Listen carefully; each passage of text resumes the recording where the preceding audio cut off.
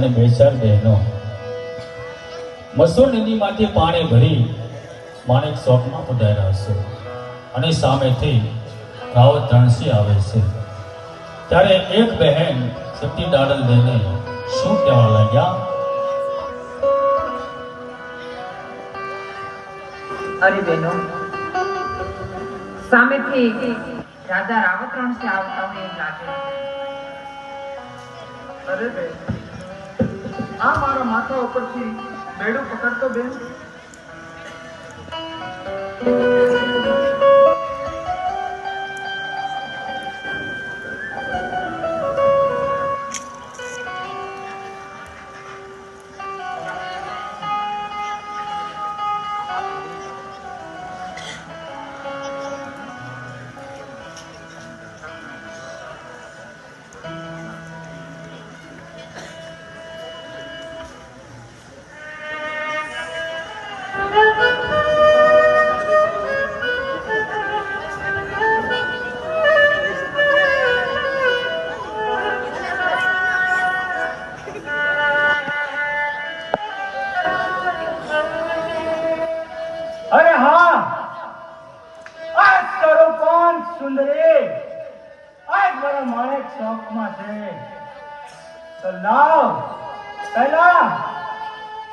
કોના ઘરવાળા હશે? શું એનું નામ હશે? શું કામ ધંધો કરતા હશે? એ પૂછી તો જાઉં. અરે હા સ્વરૂપાન સુંદરી, તમે કોના ઘરવાળા છો? બાપુ, હું ખેવડિયા સમાજની ઘરવાળી છું. બાપુ, ખેવડિયા સમાજના ઘરવાળા છો એમ? અરે ખેવડા, તારે આ બધું થોડું કરવાનું હોય? તારે તો ભક્તિ ભજન કરવાના હોય. અરે આ નહીં, સ્વરૂપવાન સુંદરી તો અમારા જેવા રાજા મહારાજાના મહેલમાં શોભે, તારા ઘરે ઘડા શોભે. ખેવડા, તું ભક્તિ ભજન કર. અરે હા સ્વરૂપવાન સુંદરી, તમારું નામ શું છે? બાપુ, મારું નામ દાલંદે છે. બાપુ, વાહ દાડલ વાહ, જેટલું સુંદર તમારું સ્વરૂપ છે એથી પણ વધારે સુંદર તમારું નામ છે. દાડલ દાડલ, વાહ દાડલ. અરે હા, તમે કામ ધંધો મહેનત મજૂરીમાં શું કરો છો? બાપુ, કામ ધંધામાં અમે જંગલમાં જઈએ છીએ. બાપુ, અને જંગલમાંથી અમે આવળિયા કાપીને લાવીએ છીએ. બાપુ, અને તેની એ આવળની છાલ ઉતારી અને અમારા ઘરે એક એવો કુંડ છે. બાપુ, તે કુંડની અંદર પલાળી અને તેનો રંગ બનાવીએ છીએ. બાપુ, અને તેનો રંગ બન્યા પછી અમે ચામડા રંગીએ છીએ. બાપુ, અને ચામડા રંગવાનો અમારો ધંધો છે. બાપુ, ચામડા રંગવાનો ધંધો છે એમ? હા બાપુ, અને ચામડા અમે વેચીએ છીએ. બાપુ, અને ચામડા વેચો પણ છો. અરે દાદા, આજ પછી તારા જંગલની અંદર આવળિયા અને બાવળિયા કાપવા નહીં જવું પડે. હા દાદા, આજ પછી તારે પાણીના ભરવા પણ નહીં જવું પડે. કારણ કે આ દેવડી નગરનો રાજા આજ તને રાણી બનાવે છે. રાણી માટે ચાલ દાદા, મારી સાથે ચાલ, રાજમાં ચાલ દાદા. ના બાપુ ના, મારે તમારી રાણી નથી બનવું. બાપુ, આવા વહેણ તમારા મુખમાં નથી શોભતા. બાપુ, અને તમે તો રાજા છો. બાપુ, રાજા તો ગયકના માટે ભગવાન સમાન હોય છે. બાપુ, તમારા મુખમાં આવા વેણ નથી શોભતા. બાપુ, અરે દાદા, રાજા તો હું પ્રજા માટે છું, પણ તારા માટે તો રાજા મટી જશું હવે. દાદા માટે મારી સાથે ચાલ, મારા રાજમાં રહેવા દો. બાપુ, રહેવા દો. મારો માર્ગ મેળવી દો બાપુ. અને જે માણસ દારૂ પીતો હોય ને બાપુ, તેના પેટમાં દારૂ જતા તરત જ તેની બુદ્ધિ બગડી જાય છે બાપુ. અને જે માણસ પરમાટી લેતો હોય બાપુ, તે માણસના પેટમાં પરમાટી જતા તેની બુદ્ધિ પણ રાક્ષસ જેવી થઈ જાય છે બાપુ. પણ તમારે કોઈ નબળાનો સંગ થયો છે બાપુ. વાહ દાડલ વાહ, તને એ પણ ખબર પડી ગઈ કે હું દારૂ પી રહ્યો છું, માટે તું ભવિષ્યવાણી પણ કરી શકે છો. આ ભવિષ્યવાણી સાંભળવા માટે તારે મારા રાજની અંદર આવવું જ પડશે દાડલ, એમાં નહીં ચાલે.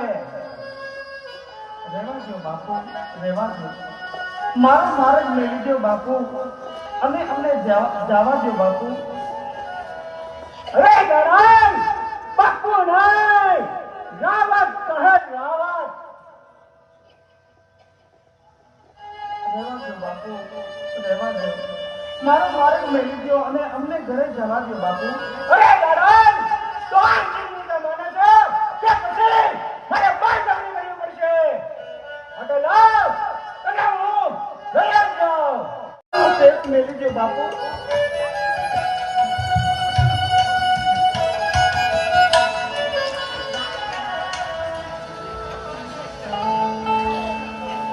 રહેવા દો બાપુ.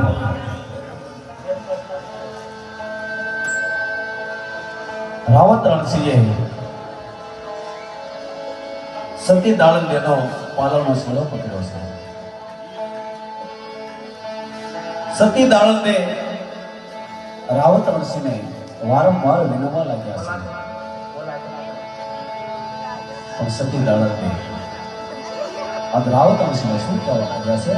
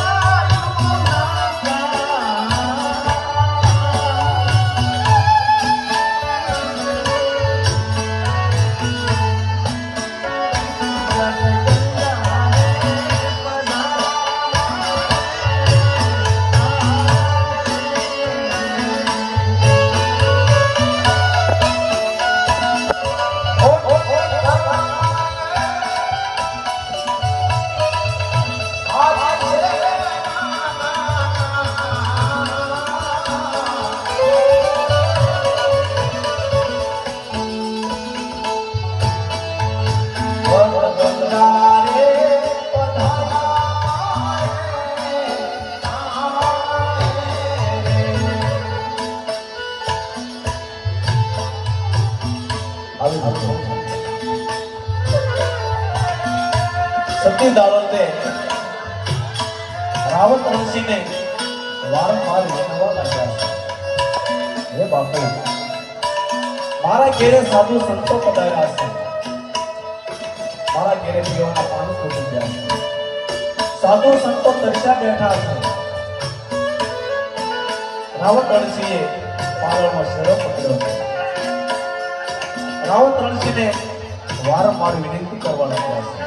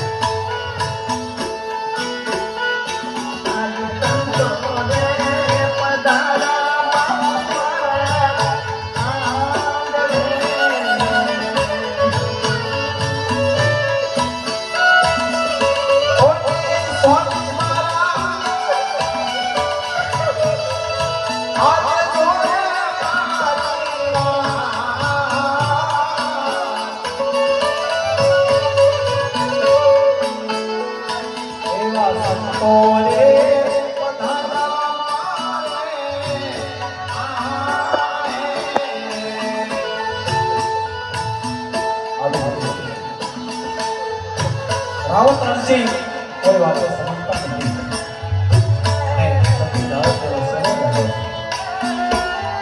દાળતે કહેવા લાગ્યા છે, મારે ઘેરે સાધુ સંતો પધાર્યા છે. રામજી બાપુનો પાઠ મારા સ્વામી મારી રાહ જોતા છે બાપુ, એટલા માટે હું તમને કહું છું, મને જવા દો. રાવત ઋષિ દાળતેનું કે તેમની સહેલીઓનું કોઈનું માનતા નથી.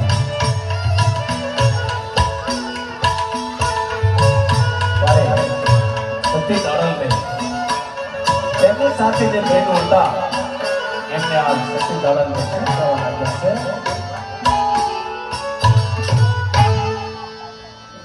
અરે બેન, જે મારું પાણીનું ભરેલું બેડું છે ને બેન, મારું બેડું મને દેતો બેન.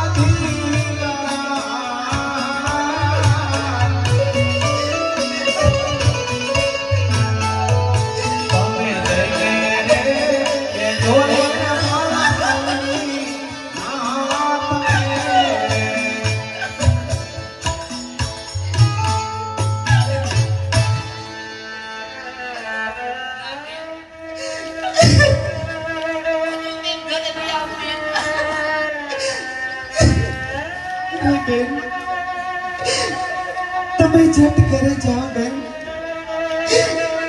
અને જઈને તમારા બાપુ ખીમડિયા ભગતને કહેજો બેન કે અમે મસૂર નદીમાંથી પાણી ભરીને પાછા આવતા હતા અને પાછા આવતા માણેક ચોકમાં પહોંચતા રાજા રાવત રણસિંહનો ભેટો થયો અને રાજા રાવત રણસિંહે સતી ડાયણ દેના પાલવનો છેડો ચાલ્યો આવું જઈને કહેજો બેન હવે મારે અહીંથી એક પણ ડગલું આગળ વધવું નથી બેન હવે મારી અવધિ વીતી જાય છે બેન જાઓ બેન તમારા બાપુને કહેજો કે પાવડો અને કોદાળી લઈ માણેક ચોકમાં તમને બોલાવે છે બેન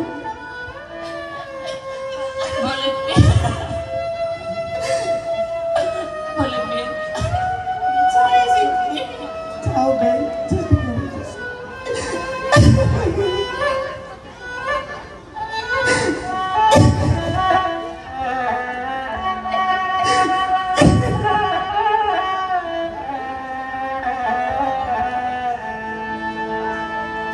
આવી રીતે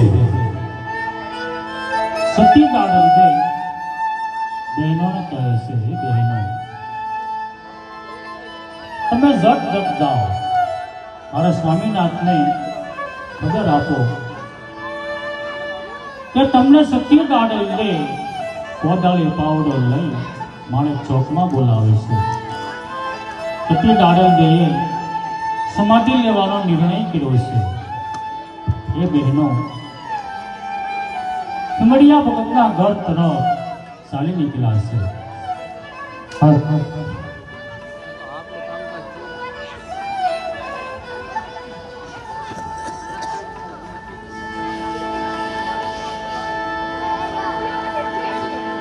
અને આ બાજુ ખીમડિયા કોટવાળા આંગણે